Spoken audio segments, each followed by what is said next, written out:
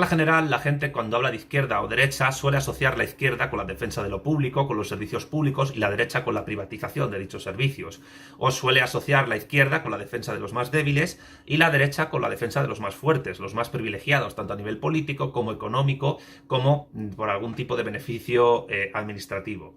En este vídeo hablaremos de lo que es la izquierda, o mejor dicho, de lo que son las izquierdas y cómo se tienen que definir respecto de las derechas. Para ello nos basaremos en este libro publicado por Gustavo Bueno en el año 2003 llamado El mito de la izquierda, que junto con El mito de la derecha fue republicado por Pentalfa, y en otros vídeos pues ya hablaremos un poco más de lo que es la derecha. De momento lo que nos vamos a centrar ahora es en definir qué es la izquierda y en qué se diferencia de la derecha. Partiendo de las ideas de Gustavo Bueno, se puede decir en primer lugar, como ya he señalado antes, que no hay izquierda, sino que hay izquierdas.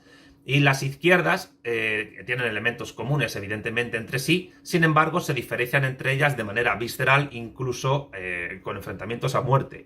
La historia de los últimos 2 siglos, o ya casi 3 siglos, 19, 20, 21, ejemplifica estas peleas entre jacobinos, liberales, socialdemócratas y otras izquierdas. Pues bien, ¿qué sería la izquierda, según Gustavo Bueno? La izquierda es básicamente un mito oscuro y confuso que encubre el hecho de que la izquierda no es unívoca, sino que es análoga, es decir, hay muchas izquierdas enfrentadas entre sí y que se diferencian de la derecha o de las derechas en algunas cuestiones. ¿Cuáles serían las características comunes de las izquierdas según Gustavo Bueno? Las izquierdas se diferenciarían de la derecha o de las derechas en 2 características genéricas. Las genéricas tienen que ver con que las izquierdas han solido asociarse con proyectos universalistas, es decir, proyectos encaminados, aunque partan de estados concretos, Francia en la Revolución Francesa, la Rusia de los zares en la Revolución Rusa, a proyectos que puedan cubrir o encubrir o aglutinar a todos los hombres y mujeres del planeta sin distinción de raza, sexo, religión, condición social, etc.,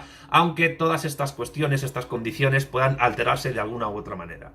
Al mismo tiempo, este universalismo es racionalista, es decir, las izquierdas suelen basarse en la razón o pretenden basarse en la razón. Claro que esto puede ser un poco polémico con respecto a las derechas, que también parten de una cierta razón, aunque puedan cubrirse con elementos teológicos o irracionalistas. Pero no hablaremos de esto ahora.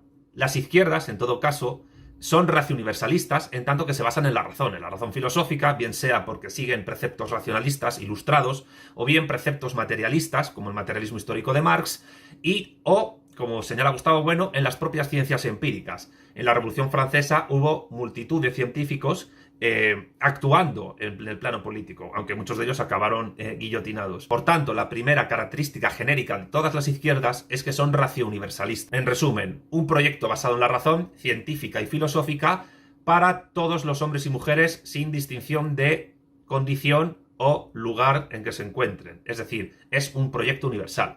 La segunda característica genérica, que ya se especifica más en los proyectos definidos de cada izquierda, es lo que Bueno llama racionalización revolucionaria por holización atómica. ¿En qué consiste esto? Procedo a leer en el glosario del mito de la izquierda lo que Bueno define por holización. Holización, cito a Gustavo Bueno, es el procedimiento racional en la preparación de determinados campos investigados por las ciencias positivas. Ejemplos que él pone: teoría cinética de los gases, química clásica, teoría celular, etc., orientado a transformar aquellos campos dados a la experiencia como totalidades heterogéneas en totalidades homogéneas. La holización no solamente designa el paso del todo a esas partes homogéneas, holización analítica o negativa, sino también la reconstrucción del campo de partida desde las partes homogéneas que se han obtenido, holización sintética. Por consiguiente, el campo que se reconstruye debe darse como presupuesto por bialelo nosiológico. Se parte de un campo, en este caso químico, y desde él se reconstruye ese campo en un sentido completamente distinto. En este libro, en El mito de la izquierda, utilizamos la holización en el análisis de la transformación de la sociedad política del antiguo régimen en una nación política compuesta de individuos iguales entre sí, ciudadanos. Es decir, ¿en qué consiste la holización en el terreno político? Consiste básicamente en que un campo ya preexistente, la Francia absolutista, el estado de la monarquía absoluta de Luis XVI, el que se reconstruye a través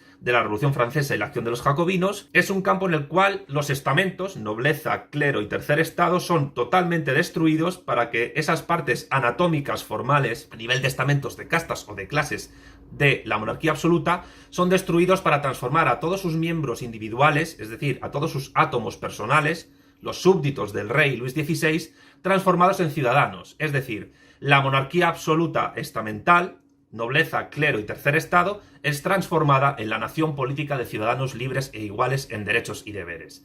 Es decir, la olización, en este caso revolucionaria, de los jacobinos es una olización atómica.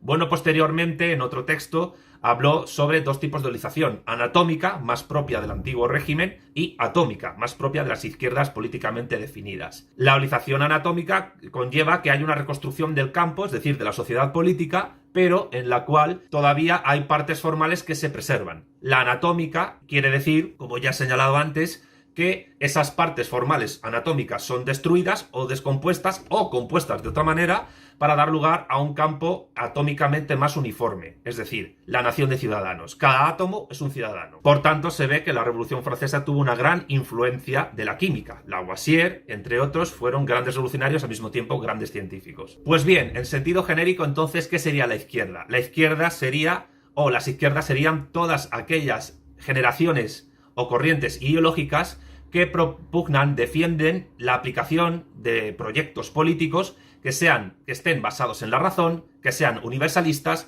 y que reconstruyan el campo de referencia de la sociedad política en un sentido atómico, aunque se conserven o se reconstruyan nuevas partes anatómicas. Por ejemplo, en la Francia revolucionaria, la nobleza, el clero y el tercer estado fueron reconstruidas en nuevos tipos de clases sociales. Supuestamente el tercer estado se convirtió en la nación, de ahí el juramento de juego de pelota en la Revolución Francesa, pero al mismo tiempo la burguesía se alzó como clase dominante y el campesinado y el naciente proletariado industrial en Francia se convirtieron en nuevas clases supeditadas al control político, económico y administrativo de la burguesía o incluso de la gran burguesía. Habría más clases sociales que fueron surgiendo, como la pequeña burguesía, etcétera, que también quedaban, digamos, o bien supeditadas a la burguesía o bien a medio camino entre burguesía y proletariado, tendiendo normalmente a proletarizarse. Por tanto, ¿qué es la izquierda? La izquierda es el conjunto de corrientes y movimientos políticos históricos que defienden la razón, el universalismo y la reconstrucción de la sociedad política en un sentido atómico, aunque se conserven ciertas partes anatómicas o se reconstruyan. Ahora bien, ¿esa izquierda o esas izquierdas necesariamente tienen que defender el estado del bienestar solo o la intervención pública de la economía, mientras que las derechas supuestamente defenderían todo lo contrario? Esto no es cierto. En el próximo vídeo trataremos estas cuestiones y demostraremos por qué es imposible la unidad de la izquierda. Adelantamos que es imposible, entre otras cosas, porque no todas las izquierdas defienden la intervención estatal, hay algunas que incluso defienden la destrucción del Estado, y no todas las derechas defienden la privatización de los servicios públicos, sino que incluso podríamos encontrarnos, aunque esto suene chocante, derechas socialistas. Este es el primer vídeo que dedicaré a la cuestión de la izquierda, o mejor dicho, de las izquierdas. Dejaré en mi canal una lista de reproducción que progresivamente se irá rellenando para tratar esta cuestión, que circulará alrededor de la teoría de Gustavo Bueno del mito de la izquierda y su aplicación en la actualidad a nivel